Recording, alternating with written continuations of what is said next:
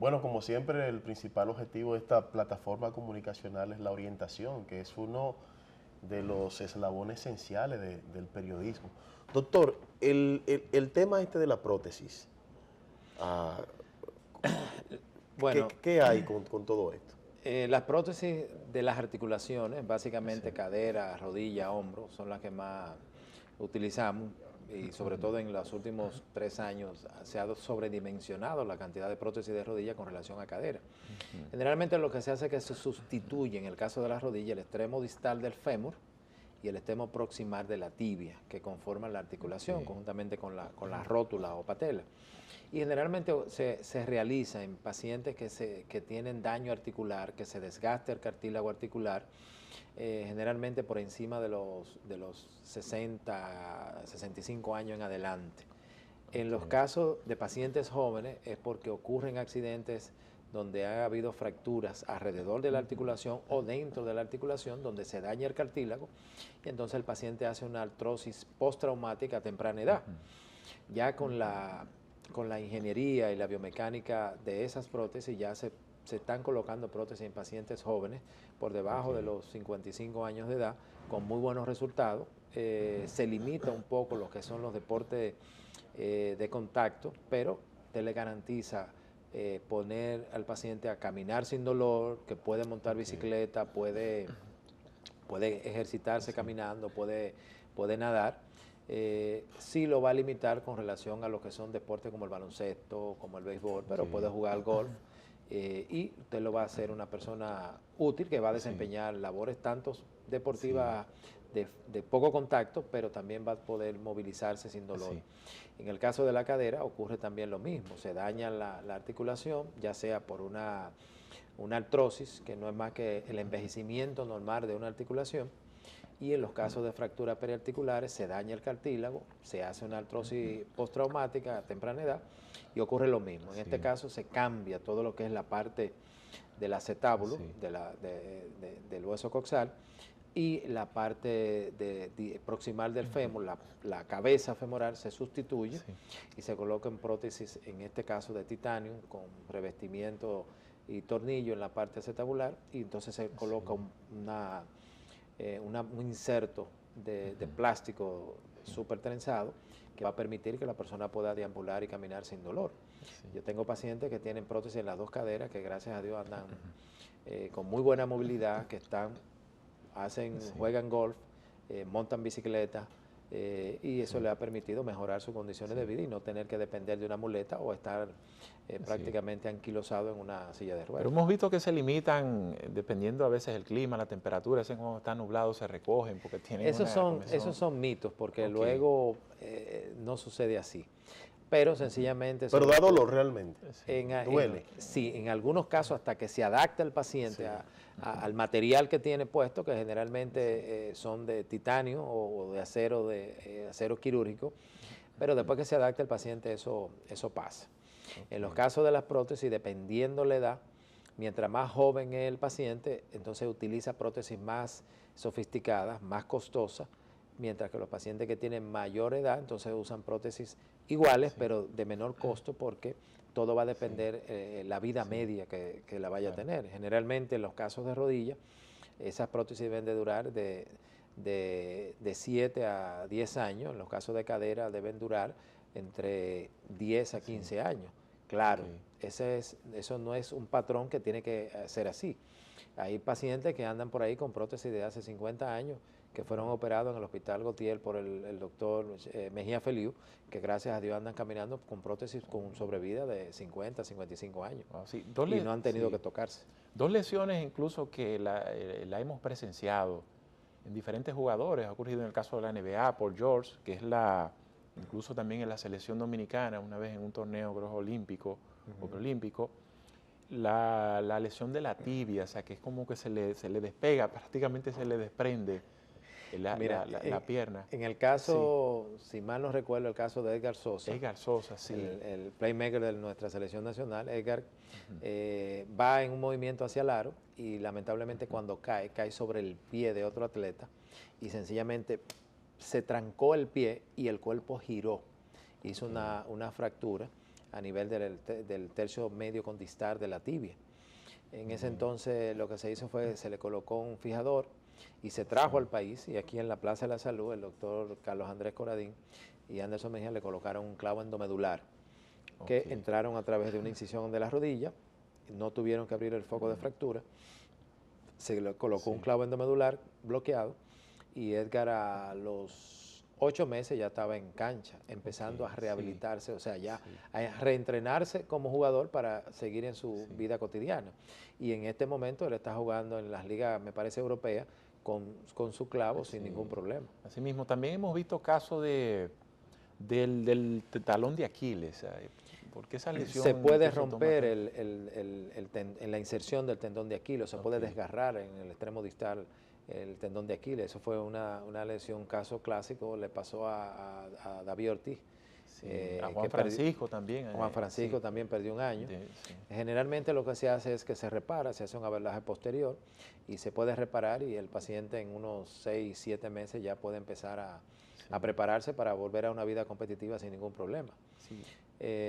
Una de las lesiones más frecuentes también que te mencioné con relación a los jugadores de fútbol es la lesión del ligamento cruzado anterior, que ya en nuestro país es una cirugía de rutina a través de cirugía artroscópica. Tenemos excelentes cirujanos artroscópicos como Héctor Esteve, Andy de León, Servio de Peña, que están haciendo cirugía artroscópica de alto nivel, tanto a nivel de rodilla y de hombro.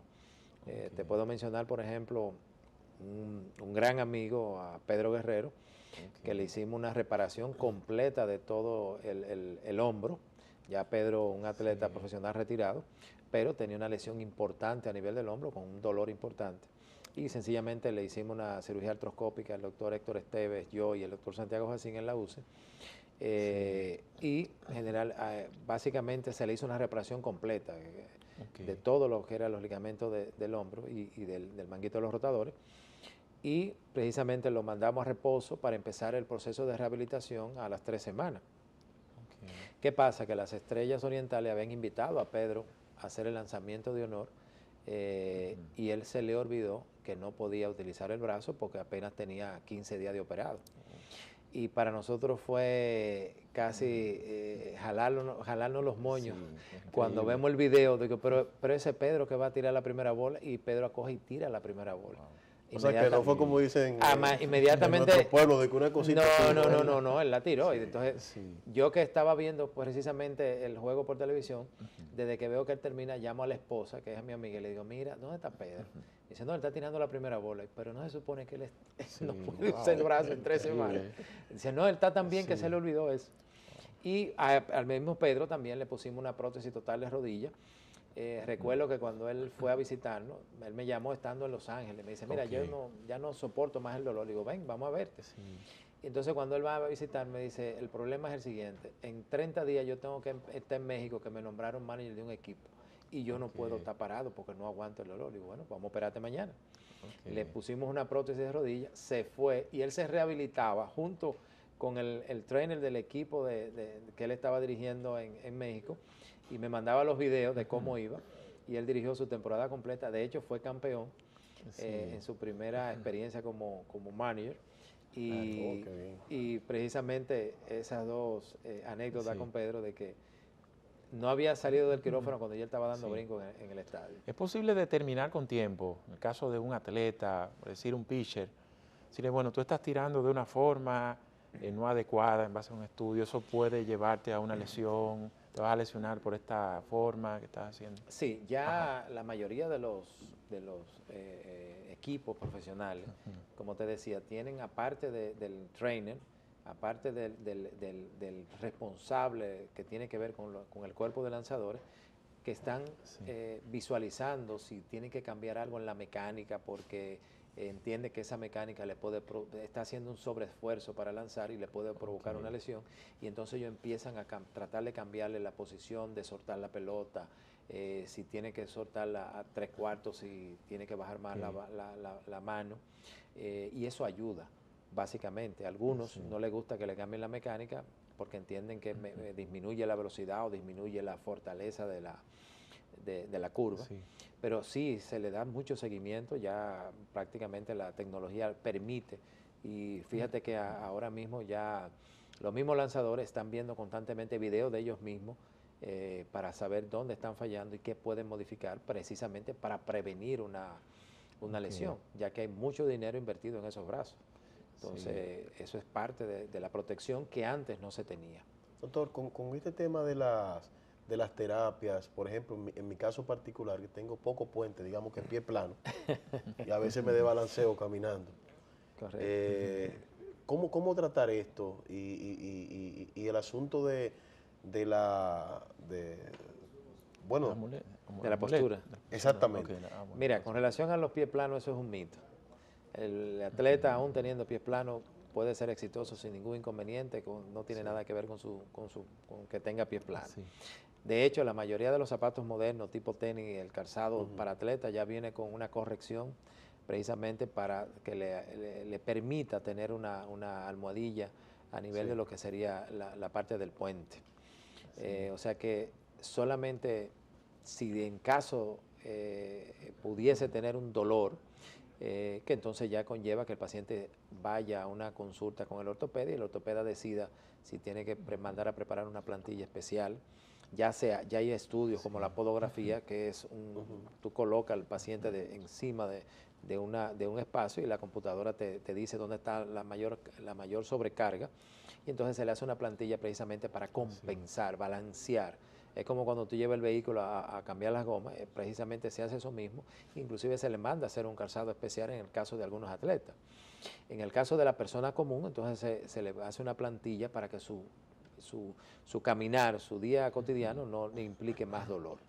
Con relación a la postura, tiene mucho que ver si tiene mucha debilidad muscular a nivel de los músculos de la espalda baja, y muchas veces uno lo puede ver, visualizar en una radiografía simple de columna, en AP lateral, ya sea de pie, y puede determinar que el paciente entonces tú lo mandes donde el fisiatra, donde el médico fisiatra, que él es el especialista, que tú le refieres al paciente, que es el que debe trabajar en equipo con el cirujano ortopeda, y él le va a recomendar una serie de ejercicios, una serie de entrenamientos para fortalecer esa parte de la musculatura baja de la espalda, que generalmente la mayoría cuando tú logras hacer un fortalecimiento, disminuye el dolor y de hecho te va a permitir una mejor postura.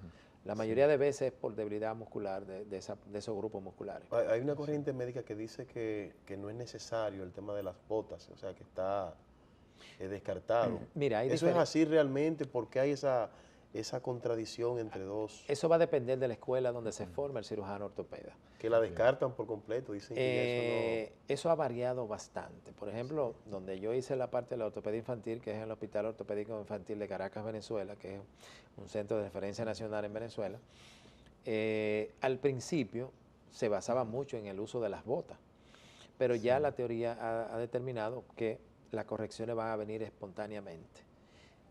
En la parte de la consulta privada, muchas veces las botas uno se las pone al cerebro de las abuelas, porque de lo contrario van a seguir buscando. Ahora, las botas en sentido general, de acuerdo a la corrección que uno le pueda sugerir, son lo que van es a permitir que se acelere el proceso de la fisiología normal de cómo va a evolucionar ese pie mientras vaya creciendo el niño. Lo que sí recomendamos siempre es que el niño camine en terreno irregular, grama, arena, que camine descalzo, porque ese es el mejor estímulo para todo lo que tiene que ver con la parte del pie. Con las partes estructurales de la tibia, como son las torsiones tibiales, que son procesos fisiológicos. Son lo que llaman encampados. En algunos casos. Generalmente por la posición que pasan intraútero, dependiendo y sobre todo ocurre que en pacientes de madres que tienen poca edad, o sea, que son adolescentes, porque es una madre que fisiológicamente todavía no está preparada para ese embarazo y pueden ocurrir esas cosas. No quiere decir que todas lo vayan a hacer, pero generalmente esos procesos son fisiológicos y van a evolucionar de manera fortuita. En aquellos casos en que el pie plano sea doloroso o que la torsión tibial se mantenga más allá, entonces ya implica una serie de procedimientos quirúrgicos que van a ocurrir luego de los 5 o 6 años, cuando ya se determina que ya no va a corregir espontáneamente. Pero escuelas, yo te diría un 50% usa las botas y un otro 50% no las usa. En el caso mío yo trato de prácticamente de no utilizarla. Básicamente se debe conversar con los padres y explicarles los pros y los contras. Ahora bien, lo que sí se ha demostrado es que las botas en ningún momento le van a producir ningún daño al niño. Por lo tanto, en algunos casos uno dice, déjame ponerle la bota al cerebro de la abuela para que deje tranquila a la mamá y deje tranquilo también al médico. Doctor, la postura de dormir, o sea, ¿cuál es la recomendable? ¿Boca arriba, de lado, boca abajo? Es decir, bueno, si me pregunta a mí como persona, Y ¿cómo sería te importante- sientas cómodo? Y sería importante también para el que está acompañado. Porque, sí, porque me imagino que ahí también la cosa... Por eso te digo, si me pregunta a mí, digo, va a depender Ok. de con quién estés. Pero Sí. básicamente la postura debe ser una postura lo más relajada posible. Se habla de lado contrario al lado del corazón, o sea, sobre la zona derecha, con las piernas ligeramente en flexión y la cadera en flexión, una de las posiciones fisiológicas más cómodas para dormir. Pero es como te digo, eso va a depender de cómo tú te sientas cómodo, porque al final tú te colocas de una manera y automáticamente entras en un sueño profundo, vas a adoptar la posición que tu cuerpo te pide. Sí.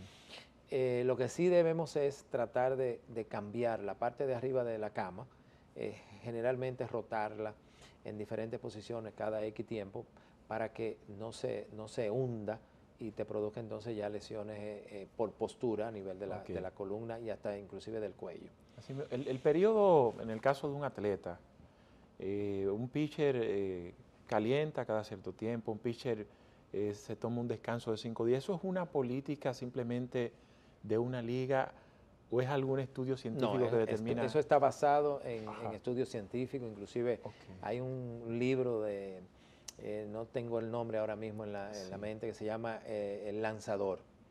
Y hay otro que se llama El Hombro del Lanzador. Hay diferentes libros y diferentes teorías que es en base a eso, que anteriormente no se tenía esos estudios, no se basaban en estudios científicos, sino era la experiencia adquirida de los atletas y de los entrenadores.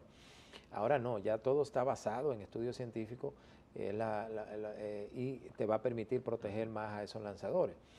Y básicamente eso lleva una rutina. Aquel lanzador que quiera ser exitoso y que quiera tener fortaleza en su brazo tiene que tener una buena fortaleza a nivel de las piernas. Por eso es que se le exige tanto el correr y preparar las piernas, porque es lo que te va a impulsar y te va a complementar la fortaleza del hombro o del brazo del lanzador. Y básicamente se hace que el lanzador debe precalentar antes de entrar ya a la competencia definitiva durante la responsabilidad del juego. Posterior a eso se le coloca hielo para desinflamar lo más rápidamente posible una vez termina de lanzar. Y posterior a eso entonces se le da 24 horas de descanso, pero ya al tercer día, 2 días previos a lanzar de nuevo, entonces debe hacer un precalentamiento lanzando de nuevo hasta volver de nuevo al calentamiento para el día del juego de nuevo, donde le toquen la nueva vez en la rotación. Muchos de esos lanzadores tienen rutinas que ellos mismos van adaptando a través de su vida como atleta. Por ejemplo, en el caso de Mariano Rivera, el lanzador de los Yankees, de panameño, exitoso.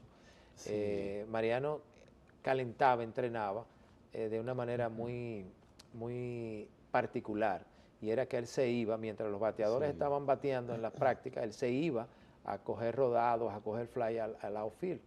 Inclusive lamentablemente se lesiona, no en el montículo, en un juego per se, sino es en un calentamiento, y esa era su rutina de él, como él calentaba antes de irse entonces a la parte de lanzar. Así mismo, finalmente, doctor, porque hay casos de atletas que nosotros decimos comúnmente ese de cristal, ese se lesiona de mirarlo, ¿eso tiene mucho que ver con la forma física del atleta o es que se excede antes en una forma así? Pero ya precisamente con la labor científica de los equipos, ellos han determinado, este atleta se me está lesionando, entonces vamos a fortalecer esta parte. Mira el caso de Moisés. Moisés en sus inicios se lesionaba mucho y lamentablemente tuvo una lesión en un juego que todo el mundo pensó que se iba se iba a retirar. Sin embargo, se recuperó de esa lesión y luego se lesiona la rodilla, tiene una lesión de ligamento cruzado anterior, que también va a quirófano. Y sin embargo, después de eso, en base a entrenamiento, porque era un incansable entrenando, él logra no tener que lesionarse jamás y tener una vida muy productiva como atleta. Sí. Hay atletas que no tienen lesión tienen lesiones menores que no tienen que salir de la competencia y mantienen mucho tiempo jugando de manera efectiva y productiva. Pero eso ya ha ido cambiando, eso de que ese atleta de cristal, porque sencillamente ya se adelantan al entrenamiento, se adelantan al acondicionamiento físico para que eso no ocurra. Cuando ocurre generalmente o es porque el atleta necesita más apoyo psicológico y necesita entrenar, o sea, apartarse de lo que no tiene que ver con su profesión en ese momento, que es lo que lo está sacando de concentración y lo que va a permitir que se lesione. Por eso tiene mucho que ver el acondicionamiento físico y mental de los atletas actualmente. Freddy, hemos recibido una cátedra. Muchísimas gracias. Gracias a ustedes. De muchas cosas que hemos aprendido.